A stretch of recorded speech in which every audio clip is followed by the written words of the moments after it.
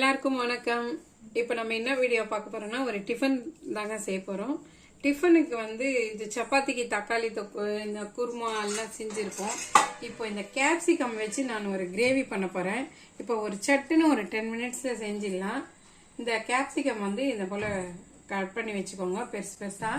அதே போல கொஞ்சம் ஒரு வெங்காயத்தை மட்டும் இதை போல கட் பண்ணி வச்சிருக்கேன். இங்க ஒரு இது கிரேவிக்கு கொஞ்சம் திக்னஸ் வேணும், அதுக்காக பொடி பொடி பொடியா ஒரு 2 வெங்காயம் கொஞ்சம் ஒரு 2 தக்காளி கட் பண்ணி வச்சிருக்கேன்.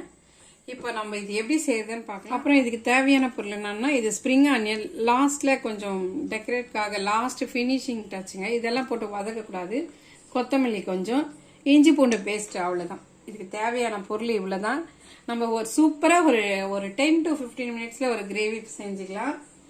நான் இன்னைக்கு புல்கா தாங்க செய்ய போறேன். மாவு பிசைஞ்சு வச்சிருக்கேன், அது ஊறின்னு இருக்குது. நம்ம இந்த பக்கம் கிரேவிக்கு ரெடி பண்ணிக்கலாம். கேஸ் பற்ற வச்சுக்கலாம். டக்குன்னு ஒரு 10 மினிட்ஸ்ல ஆயிடுங்க. இப்போ எண்ணெய் ஊற்றிக்கலாம். ஒரு 4-5 டீஸ்பூன் எண்ணெய் ஊற்றிருக்குறாங்க. ஃபர்ஸ்ட் இந்த எண்ணெயில நம்ம இதெல்லாம் நல்லா பொரிச்சு எடுத்துக்கலாங்க. இது கிரேவியோட கூட நல்லா வதக்கிட்டோம்னா நல்லா இருக்காது, அந்த கிரன்ச்சினஸ் இருக்காது. ஃபர்ஸ்ட் நம்ம சும்மா சாட்டே பண்ணி எடுத்துக்கலாம்.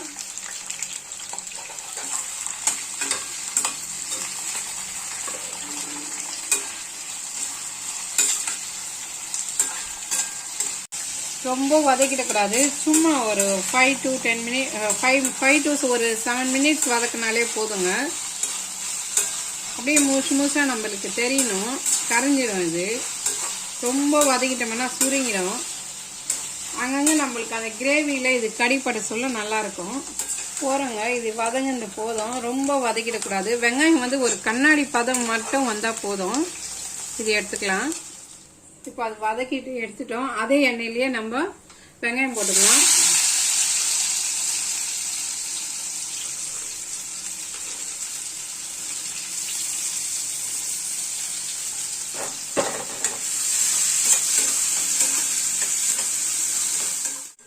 இந்த அளவுக்கு வதங்கினா போதுங்க. நல்ல ஒரு கோல்டன் ப்ரௌன் கலர் வந்துச்சு.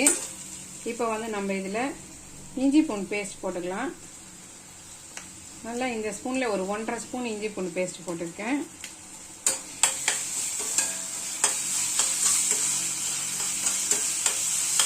இது போட்டு கொஞ்சம் இதை சாட்டை பண்ணிட்டு நெக்ஸ்ட்டு நம்ம இதில் கொஞ்சமாக கொத்தமல்லி போட்டுக்கலாம்.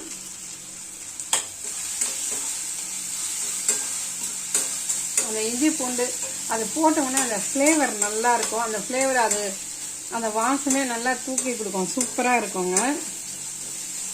இந்த ஃப்ளேவர் வந்தாலே அது ஒரு அருமை நல்லா இருக்கும். இப்போ வந்து இதில் நம்ம மிளகாத்தூள் போட்டுக்கலாம்.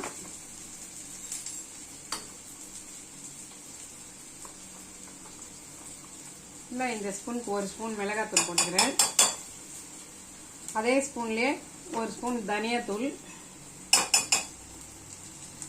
ஒரு 1/2 டீஸ்பூன் சீரகத்தூள், ஒரு 1/2 டீஸ்பூன் கரம் மசாலா போட்டு நல்லா வதக்கிடலாம்.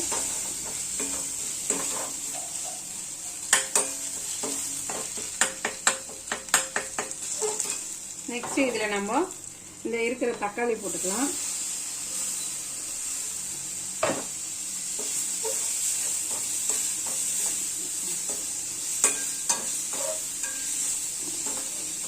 இப்போ இந்த டிஷ்ஷுக்கு தேவையான உப்பு போட்டுக்கலாம். நல்லா திக்கா வதங்கி வந்துடுச்சு. இதுல கொஞ்சம் அந்த மசாலா கருகிடாம கொஞ்சமா தண்ணி ஊத்திக்கலாம்.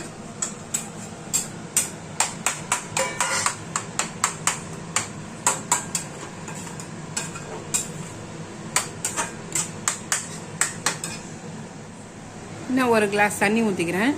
நம்மளுக்கு எவ்வளவு கிரேவி தேவைப்படுதோ அதுக்கேற்ற மாதிரி தண்ணி ஊத்திக்கோங்க.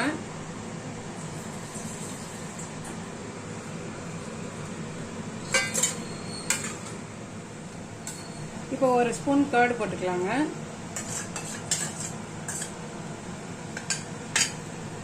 அது கொதிக்கட்டும். இப்போ 2 ஸ்பூன் கடலை மாவு தண்ணியில் கரைச்சி வச்சிருக்கேன், அதை சேர்த்துக்கலாம். இப்போ நம்ம ஃப்ரை பண்ணி வச்சிருக்கோம் இல்லையா ஆனியன்னு, கேப்சிகம் அது இதில் ஆட் பண்ணிக்கலாம்.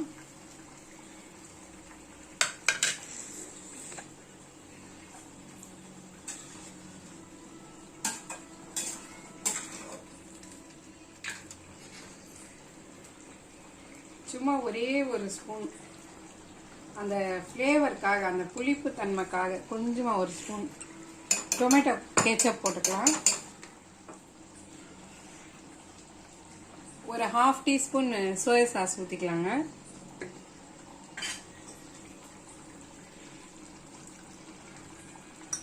கொஞ்சமாக கொத்தமல்லி,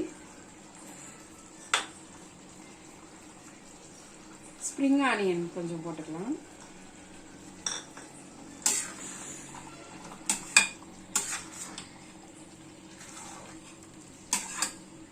இந்த டேஸ்ட்டை இன்ஹான்ஸ் பண்ணி கொடுக்கறதுக்காக ஒரு சின்ன இன்கிரீடியன்ட் ஒன்று ஆட் பண்ண போறேன். ஒரு ஸ்பூன் சர்க்கரை,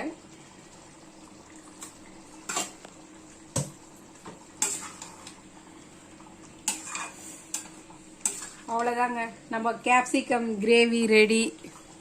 சூப்பராக ஒரு கேப்சிகம் கிரேவி ரெடி. நீங்களும் ட்ரை பண்ணி பாருங்க. இப்போ நம்ம இந்த சைடு இப்போ புல்கா போட்டுக்கலாம்.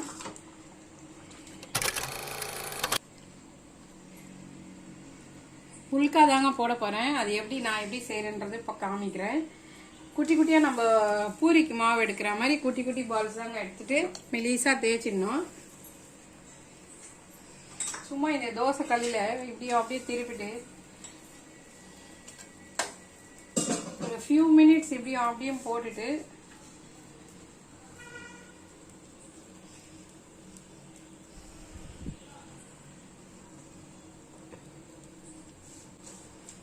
இந்த மாதிரி லைட்டா கலர் மாறுது பாத்தீங்களா, அங்கங்க டாட் டாட்டா அப்படி வந்ததுமே எடுத்து இந்த சைடு பெருசா வச்சுட்டு இந்த சைடு மாத்தி வச்சுக்கணுங்க.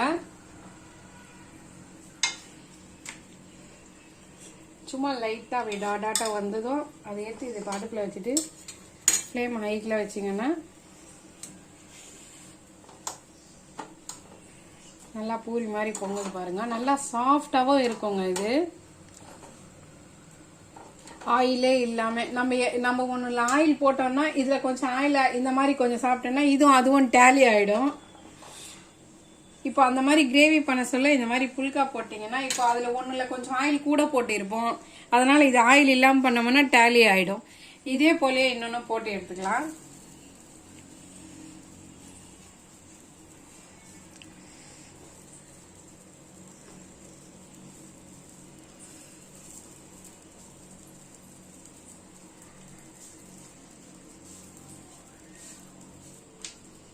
இப்படி குட்டி குட்டியா வருது பாத்தீங்களா, அந்த மாதிரி வந்தாலே போதும்.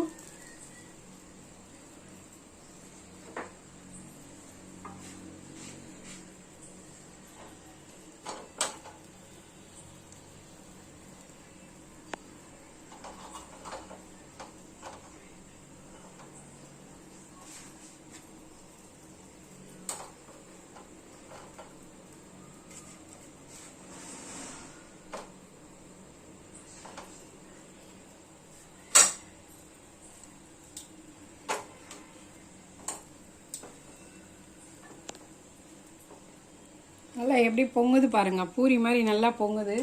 நல்ல ஒரு சாஃப்டாவும் இருக்குங்க. இது ஹெல்த்தியானதும். சூப்பரான ஒரு டின்னர் ரெடி ஆயிடுச்சு. புல்கா பாருங்க நல்லா சாஃப்டா இருக்குது. பூரி மாதிரியே நல்லா லேயர் லேயரா வந்துருக்குதுங்க. நம்ம எண்ணெயில போட்டா எப்படி வருமோ பூரி அதை போல இருக்கு. இந்த கிரேவி வச்சு சாப்பிடும்போது சூப்பரா இருக்கும். கூடயும் கொஞ்சம் வெள்ளரிக்காய் வச்சிருக்கேன். நீங்களும் இந்த மாதிரி செஞ்சு ட்ரை பண்ணி பாருங்க. இந்த வீடியோ உங்களுக்கு பிடிச்சிருந்ததுன்னா லைக் பண்ணுங்க, ஷேர் பண்ணுங்க, கமெண்ட் பண்ணுங்க, கண்டிப்பாக சப்ஸ்கிரைப் பண்ணுங்க. தேங்க்யூ, பாய்.